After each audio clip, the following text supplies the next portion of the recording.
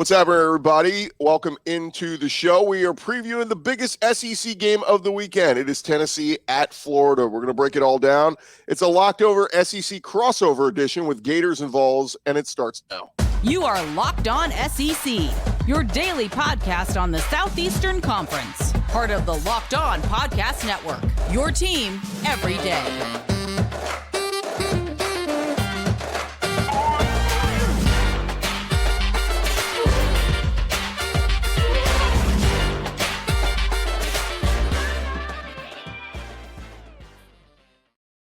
What's up, everybody? Welcome into Locked On SEC, Locked On Vols, and Locked On Gators. Great to have you guys along. Today's episode is brought to you by Jace Medical. Empower yourself when you purchase a Jace case, providing you with a personal supply of 5 antibiotics that treat 50 or more infections. Get yours today at jacemedical.com. That's J-A-S-E medical.com. I'm Chris Gordy. Thanks for making us your first listen every day. We're free and available wherever you get your podcasts and on YouTube.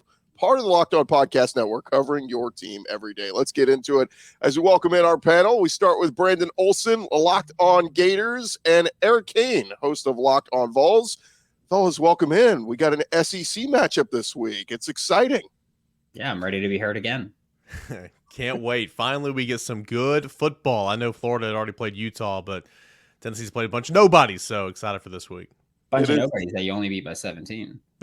Fair point. Very uninspiring win. I'm not gonna act like it was against Austin Peay. It is the third Saturday in September, a rivalry that dates back all the way to 1916. This will be the 53rd meeting between the two schools, so this is a historic rivalry. I love Billy Napier even said this week at his press conference, I'm having to educate the players on the history of this game. This is a big game. Some people may look at, Florida's down, Tennessee was down, they're back up. This is a big, big rivalry game. And as you guys mentioned, there's been a lot of talk around, is the SEC down and this kind of stuff. So this could be a big game, either a big feather in Florida's cap with a win or a big feather in Tennessee's cap to say SEC's not down. Tennessee is a power. So we're going to see as we go along. But Brandon, let's start with you. Assess your team so far through the first 2 weeks. The loss to Utah and then the win over McNeese. Assess where Florida is right now. Week 1 hurt my heart.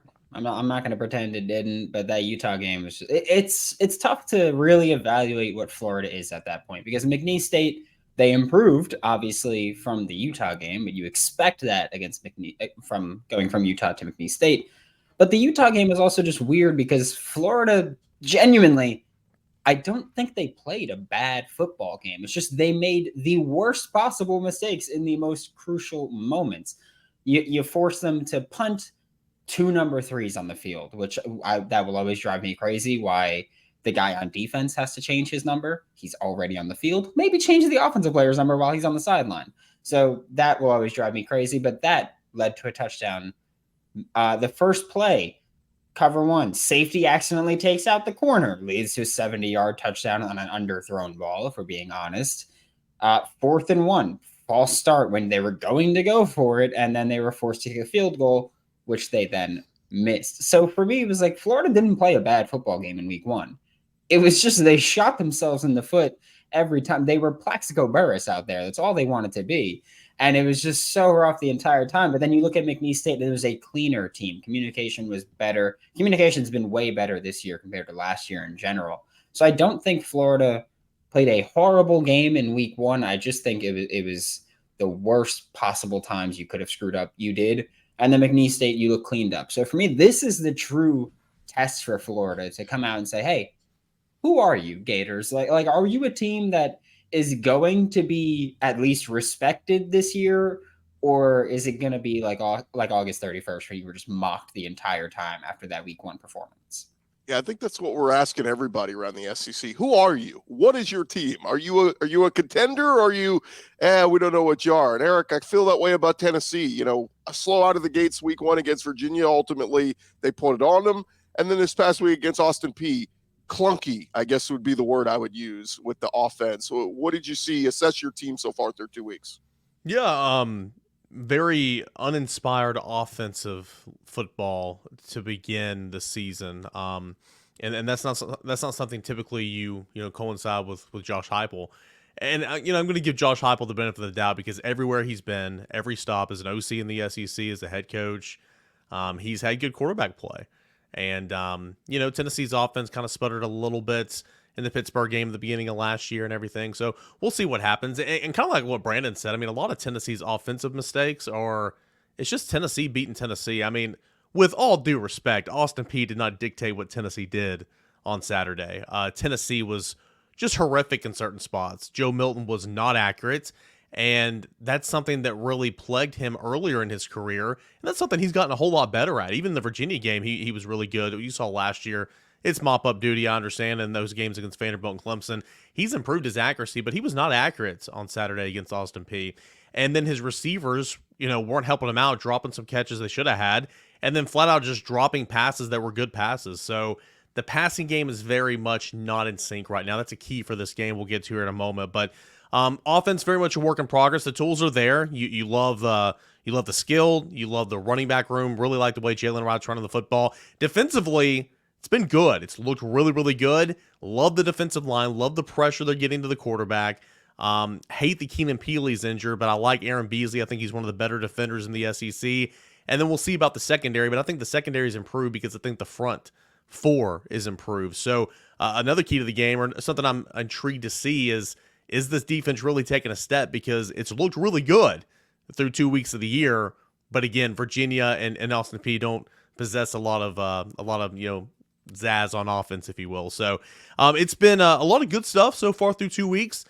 Some concerning things on offense, but I think this week, obviously, it's a rivalry game. It's Florida. It's SEC, first true road game. You're going to find a lot about your team and find a lot about Florida this week as well. Brandon, what's the biggest storyline for Florida so far heading into this week? I think for me, at least, it's how is this offense going to react? Because when you look at the Utah game, Utah stacked the box against Florida, and Florida was kind of just like, yeah, Utah, we'll let you dictate what we're going to do offensively, which is, by the way, the worst thing you could ever possibly do. I don't know what went through Billy Napier's mind when that happened. And then you go to McNeese State, or you host McNeese State, and it's like, hey, we don't really care what McNeese State's going to do. We're going to run the football there. Now you have Tennessee, which a Power 5 program, SEC school. They're probably going to stack the box. They're probably going to be pretty aggressive against you, as they should.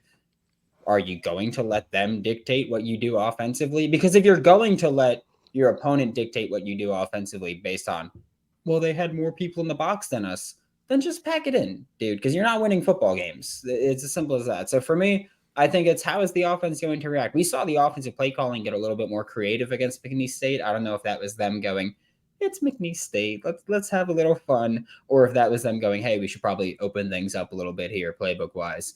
But I'm very curious to see how the offensive play calling is going to go. And I know that's not the sexy part of football here, but I want to see Florida run the damn football, not even because I'm like, yeah, you need to win. You need to run the football if you're the Florida Gators, based on how this roster is. If you want to win football games, you need to do it. So for me, I think the storyline is how are they going to react, because every defensive coordinator even is just going to see what Utah did against Florida and go, oh, if we stack the box, they're not even going to try to run the football.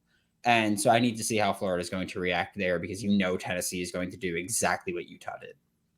Putting the ball in the hands of Graham Mertz, I don't know if that's the answer for Florida for success throughout the year. Eric, what's the biggest storyline for Tennessee heading into this week? Yeah, a lot of the same. A lot of what Brandon said and a lot of what I said a moment ago. It's the Tennessee offense. Is it going to look more like the Tennessee offense we've seen the past 2 years? And even against Virginia, where there was a big lull in the middle of the first half, like Tennessee got the opening kickoff, marched down the field, scored 5 straight possessions, didn't do anything, and then scored twice in 4 minutes right before the half. Like, it's like, okay, well, it just shows you how quickly things can change in this offense. But are you going to see more consistent? Tennessee's been one of the best first quarter scoring teams in the nation the past 2 years.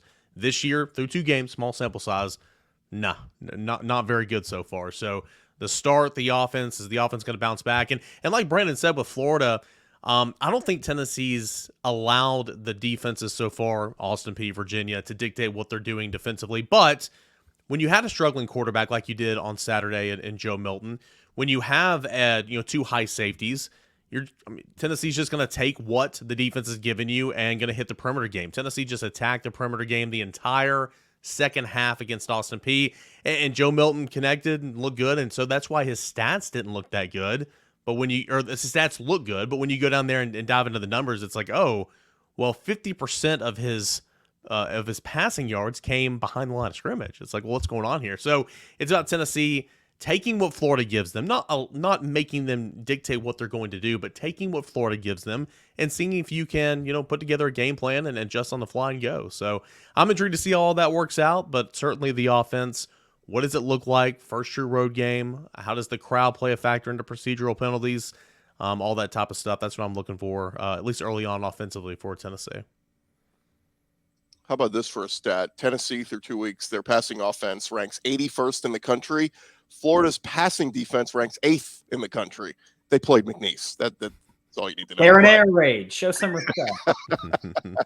All right, coming up next, guys, we'll get into some key matchups in this game. What are we looking for? That's coming your way in just a sec.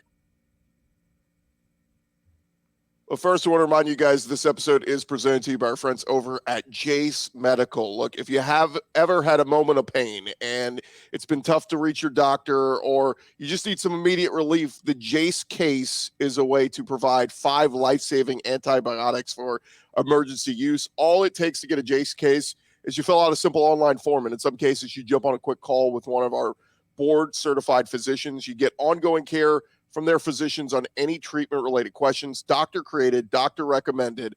And with storms, shortages, pandemics, all kinds of issues out there, you need to be prepared now more than ever. Everyone should be empowered to care for themselves and their loved ones during the unexpected. And that's why Jace Medical is offering the Jace case, again, providing those 5 life-saving antibiotics for emergency use to give you peace of mind so that you're not just hoping that you have access to medication in an emergency. Jace Medical, make sure you have the medication in hand. It's simple. They handle everything from the online evaluation to licensed pharmacy medication delivery and ongoing consultation and care. Do not get caught unprepared.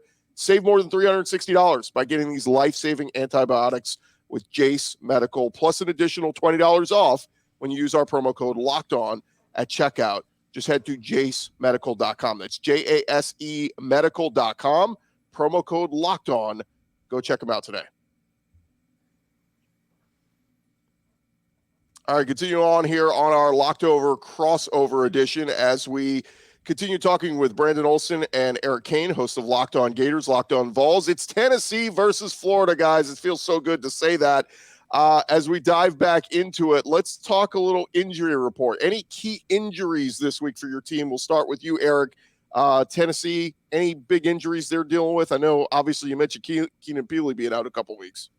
Yeah, it's unfortunate, man. He looked so good week 1 against Virginia, and it's weird because he is not even really sure when he got hurt in the football game. That's a football player. It's like you out there and adrenaline's pumping, and then you come back and say, oh, man, I got a broken arm or whatever it is. It's not a broken arm for him. It's like, when did that happen? I don't know. I didn't feel it. But now that stinks that Keenan Pili's out. So at linebacker, he's out for a while. Hopefully it's not season ending.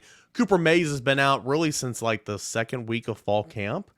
And he just got to the practice field last week, did some work on the side. Earlier this week on Tuesday was his first actual practice, with the offense and everything. So he is very questionable. Josh Heupel always says, oh, we'll wait till the end of the week and make those decisions. We'll see how they are on the grass, coach speak stuff. But in this case, I think it truly is that. We'll see what Cooper Mays looks like on Friday. But if you're able to get your center back that sets the tempo in this offense and is a 3-year starter, I think that'd be huge. Other injuries, Elijah Simmons, defensive tackle, hasn't played so far this year. He's still out. And that's pretty much it. Tennessee overall is a pretty healthy football team. McCullough got banged up there towards the end of the football game, but the starting safety, but I think he's going to be okay as of right now. But yeah, that's pretty much it. The big storyline is the center, Cooper Mays. Will he, won't he play? And I think Florida's a lot of the same in terms of the center. Yeah, and Billy Napier calling out earlier this week saying if Cooper Mays gets back, he basically said he's the straw that stirs the drink in terms of that up-tempo offense, running 3 plays per minute. That's Cooper Mays. And so maybe the issues we've seen with Joe Milton and the offense in the first 2 weeks, maybe that's all fixed with Cooper Mays back. On the other side, Florida, their offensive line, not great week 1. Brandon talked about it, struggled to run the ball against Utah, but they might be getting their center back in Kingsley Aguakin. Talk a little bit about injury and health-wise for the Gators, Brandon. Yeah, I think this is a weird instance where it's week 3 of the season and Florida's getting healthy. I feel like that's not usually how things go for Florida, but after having quite a few players banged up in the Utah game and in fall camp, Florida pretty much, if you were questionable for McNeese State, you didn't play. Florida was like, yeah, we're just going to be really cautious heading into SEC play. And I think that was the right approach. Kingsley Eguakin, like I said, should be making his return here. I know that they said, hey, he's cleared. I would fully expect him to play at that point against Tennessee after he sprained his ankle like a week before the Utah game, was in a boot a little bit. I think he could have gone against McNeese State, but again, they were just like, hey, if you're questionable, we're not going to burn you on McNeese State here. So great to see Kingsley Eguakin get back. I'm curious to know just how much that's going to impact the offensive line, because Jake Slaughter has done a good job in filling in for Kingsley Eguakin, but also when you face those fronts like Utah, was just showing pressure constantly. When you deal with that and you have a backup center, it's kind of interesting to go, okay, like, how are you going to adjust there, and how are you going to talk? So Kingsley Eguakin, being as experienced as he is, coming back is big for Florida. Marcus Burke was dealing with an injury last week. That's the thing I hate about how Florida does things, where they do that little upper body questionable. You'll find out when they get on the field or not. And I kind of hate that approach to things. I understand it, but I just hate it. Tony Livingston, who backup tight end, going to maybe be back. He got banged up against Utah. A lot of the guys are getting healthy now for Florida, and then that's the important part. You've either got guys out for the year or guys that were banged up and they're coming back. And for me, I think that's great heading into SEC play. I don't think that's a privilege that a lot of teams have, of getting right as you start the toughest stretch of your schedule. Well, let's get into some of the key matchups in this one, guys. Where you're going to be looking. Is it O-line versus D-line? Is it quarterback versus secondary, or whatever it is? Eric, we'll start with you. What's the biggest matchup you're focused on in this one? Yeah, I think biggest matchup I'm focused on this one is I want to see if Tennessee's defense truly is pretty solid unit this year. You've 7 sacks, 14 TFLs last week. That was Austin P. But you had 4 sacks and I think 11 TFLs against Virginia. I understand they're not good, but that's a Power 5 program.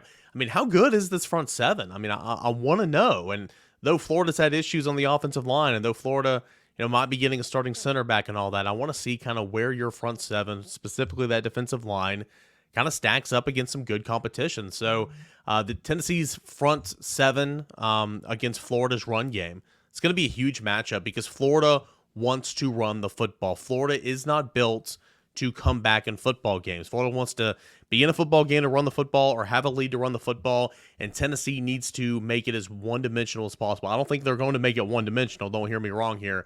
But I think Tennessee needs to do a decent job against the run, just like Utah did against Florida, and forcing them through the air. So that's a big matchup I'm looking for. And then, of course, on the other side, I mean, it's got to be Tennessee's passing attack against the secondary for Florida. Joe Milton's got to complete some passes down the field.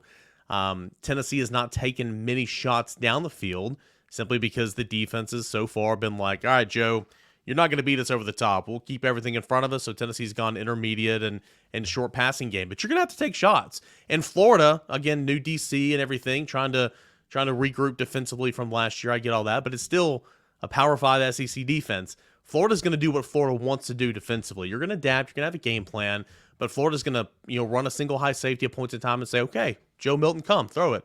Let's see how big a boy you are, right? And Joe's got to complete those passes, and these receivers have got to help him. So two big key matchups on the Tennessee side, one offensively, one defensively, that I'm looking forward to in this football game. Yeah, this was a game a year ago. We saw, Hendon Hooker played great. All those big receivers and Jalen Hyde, Cedric Tillman are gone. Who steps up here? Who's the next guy? Brew McCoy, Ramel Keaton, all these different guys. Who's going to be that guy? This is the week to come out and show out who you are, Tennessee. For you, Brandon, what's the key matchup, biggest matchup you're looking for in this one? For me, it's Joe Milton against the entire Florida Gators defense, really. I know that last week, I feel like he was there was a little bit of pressure coming in, even from Austin P. And so I would like to see Florida, like they're going to rev it up. They just are. Austin Armstrong is aggressive as all hell, and I can't wait to see how he's going to react with this very up-tempo and just pass-happy offense. I want to see how he's going to really handle this. Is he going to go more single high? Is he going to become more reserved, and he's like, hey, let's just get more guys in coverage and make sure that he's not going to get at and make sure he's not going to have just easy completions available? Or is he going to go, hey, yeah, no, we're going to get after you, and we're just not going to let them get downfield. We don't care what you call. We're just not going to let them run downfield and get that vertical passing game going. So I'm interested to see how Austin Armstrong is really set to deal with Joe Milton in this game, because like Eric Cain mentioned before, I don't know why I use your full name. Like Eric Cain mentioned before, very formal. Yeah, yes, we're very reserved here. Tennessee went a lot behind the line of scrimmage last week.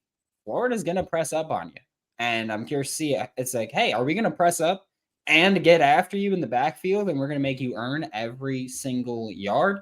And so I want to see how Austin Armstrong prepares for this one, and also if the communication issues that he had against Utah, which cleaned up against McNeese State, are you going to be able to get that communication, get those calls? And because when you watch the Utah game, oftentimes you'll see the entire defense just staring to the sideline as Austin Armstrong is trying to get the call in. Tennessee goes really fast at times. Yeah. You can't have that. So I'm curious to see how Austin Armstrong is going to adapt to that, because he's still a very young defensive coordinator. I think he's very good schematically. He's 30 years old. At 30 years old, calling an SEC defense against Tennessee, it's pretty rough. So I'm curious to see how he's going to get that call in and how fast he's going to do that, because if you're going to have those communication issues, you're going to lose this football game. Real quick, Brandon, on that note, I was going to ask, both of you real quick, what's the biggest concern for your team this week? Is it that for you, Brandon? I think so, yeah, because against Utah, Utah's not an up-tempo team, especially when they had their third and fourth string quarterbacks in. They're not a very up-tempo team, and they were constantly, Utah was ready to go while Florida's defense was just looking to the sideline. So for me, that's easily the biggest concern. I understand that's not to knock anything about Tennessee. It's just they're going to go fast, and if you're not prepared for that, you're going to lose probably by a lot. Biggest concern on Tennessee's side, obviously the passing game that we spoke on a little bit, but also that offensive line. Brandon mentioned it there. Austin Peay got after. They dialed up a lot of things, played some games. Austin Peay had a great game plan against Tennessee. I mean, hats off. They really, really did. And it was good for Tennessee's offensive line that is very much a work in progress. Big question mark at center right now until Cooper Mays comes back. Rotating at left guard, rotating at right tackle. I hate that. That's not real football in my opinion, but Josh Heupel and Glenn Ellerby have done that in years past, so we'll see what happens. But very much a work in progress on the offensive line. They got to see a lot of that last week, which is good, but Florida is going to, at times engage Jake, get after it, right? I mean, they're going to mix some things up. They're going to try to make things as difficult as possible on Joe Milton. So can you have a better day pass protection? Can you have a clean pockets? Can you allow Joe Milton to get a chance to, do some things? That's going to be a big that's going to be something to watch, and I would say that's kind of a concern of protecting Joe Milton entering this football game. All right, we'll get into it right after this, guys, with score predictions. Where are we going? We'll touch on that right after this. But first, we want to remind you guys that this episode is presented to you by our friends over at the Game Time app. Look, buying tickets to your favorite events should not be stressful. Game Time is the fast and easy way to buy tickets for all your favorite sporting events, even SEC games. With killer deals on last-minute tickets and the best price guarantee, you can stop stressing over the tickets and start getting hyped for all the fun you're going to have. It's the fastest-growing ticketing app in the country for a reason. You can get images of your seat before you buy, so you know exactly what to expect when you arrive. You buy tickets in a matter of seconds, just 2 taps, and you're all set. Tickets are sent directly to your phone, so you never have to dig through your email. Go snag your tickets without the stress with Game Time. Go download the Game Time app, create an account, and use our promo code LOCKEDONCollege. That will get you $20 off your first purchase. Terms apply. Again, create an account and redeem the code LOCKEDONCollege for $20 off. Download Game Time today. Last-minute tickets, lowest price, guaranteed. And we jump back into it, guys, as we are discussing Florida versus Tennessee. And moment of truth, Tennessee has not won a game in Gainesville since 2003. I know that's been the big stat that's been thrown out there. Florida does lead the all-time series 31-21, but none of that means anything. This Saturday, it just matters who's the better team, who can execute. So, Eric, we'll start with you. What do the Vols need to do to beat the Gators on Saturday night? Fast start. I think getting off to a fast start, trying to take this crowd out of the game. And again, I mentioned earlier, if Tennessee is up, I don't think Florida, and Brandon, you can chime in on this, please, but I don't think Florida's built to come back. I think Florida's built to be in ball games and to have the lead, but I think Florida is not as well equipped as Tennessee to come back down a score, down 10 points or whatever. So first quarter is going to be huge. First day. We always talk about middle late. And Tennessee, through 2 games, has done a really great job in the middle late. Did a great job against Virginia. Did a great job against Olsen P. You want to win the middle late every game, but the first 8, I think, is going to be critical for Tennessee this week. You got to get off to a fast start. So get off to a fast start, run the football. Everybody's saying Joe Milton, passing attack, air raid, all this type of stuff. Tennessee runs the football 50% of the time, and has since Josh Heupel's been here. Tennessee led the nation in rushing touchdowns last year, and Jalen Wright is good. Run the football, allow that to open up the rest of the offense, have some confidence, start fast, and put the pressure on Billy Napier, put the pressure on Florida, and try to get them out of their comfort zone a little bit. I think Florida's also going to be more. I think Florida might be taking some shots and trying to do some things early on to try to get up on the lead and put the pressure on Tennessee. So be ready for that as well. Yeah, Tennessee, by the way, ranks currently 4th in rushing offense in the country, and Jalen Wright and Jabari Small both in the top 5 in the SEC in rushing numbers right now. Crazy to think that Tennessee's got not 1 but 2 running backs top 5 in the SEC in rushing right now. I thought it might be Montrell Johnson and Trevor Etienne, but long season to go. They could certainly find their way there as Florida goes along. Brandon, what do the Gators have to do to beat the Vols on Saturday night? I think that first off, Cain, you're totally right. Florida's not a team that's like built to come back from down 10 points or anything like that. I think they could do it if they do have a lot of time to do it. But I think that, as every drive goes and you don't cut that lead, then it gets way less likely. I think for Florida, a lot of it is establishing that run. I do think that Billy Napier loves the running clock more than anybody else on the planet right now. I think he's like, oh, that's the best rule change ever, because what Billy Napier wants to do is just dominate time of possession, especially when you have an offense like the Tennessee Vols do. So I think that that's going to be a big approach here, and I think that that's what Florida has to do here. I think they've got more dynamic playmakers than they've ever had, or under Billy Napier, but it's, can you actually get that going consistently? Because that's something where we saw Ricky Pearsall had a ton of targets against Utah, but they were all really short targets, and it's about creating yards after catch there. Eugene Wilson, the third true freshman, has looked awesome every time he's touched the football. Like, the way that I know he's a special playmaker is every time he touches the football, I'm just like, is he about to house this? He hasn't yet, but every time he does, I'm like, oh, he's dynamic as hell. But I think for Florida, it's about really dominating that time of possession, not letting the Volunteer offense get into a rhythm. I think that's a big part where, because with an up-tempo offense like Tennessee, when you go and go and go, if you convert first downs and you can get into a rhythm, you're way more lethal than if you're on the field, you get a 3-and-out, or you get 1 first down, and then you have to punt, and then you're not on the field again for another 6 minutes.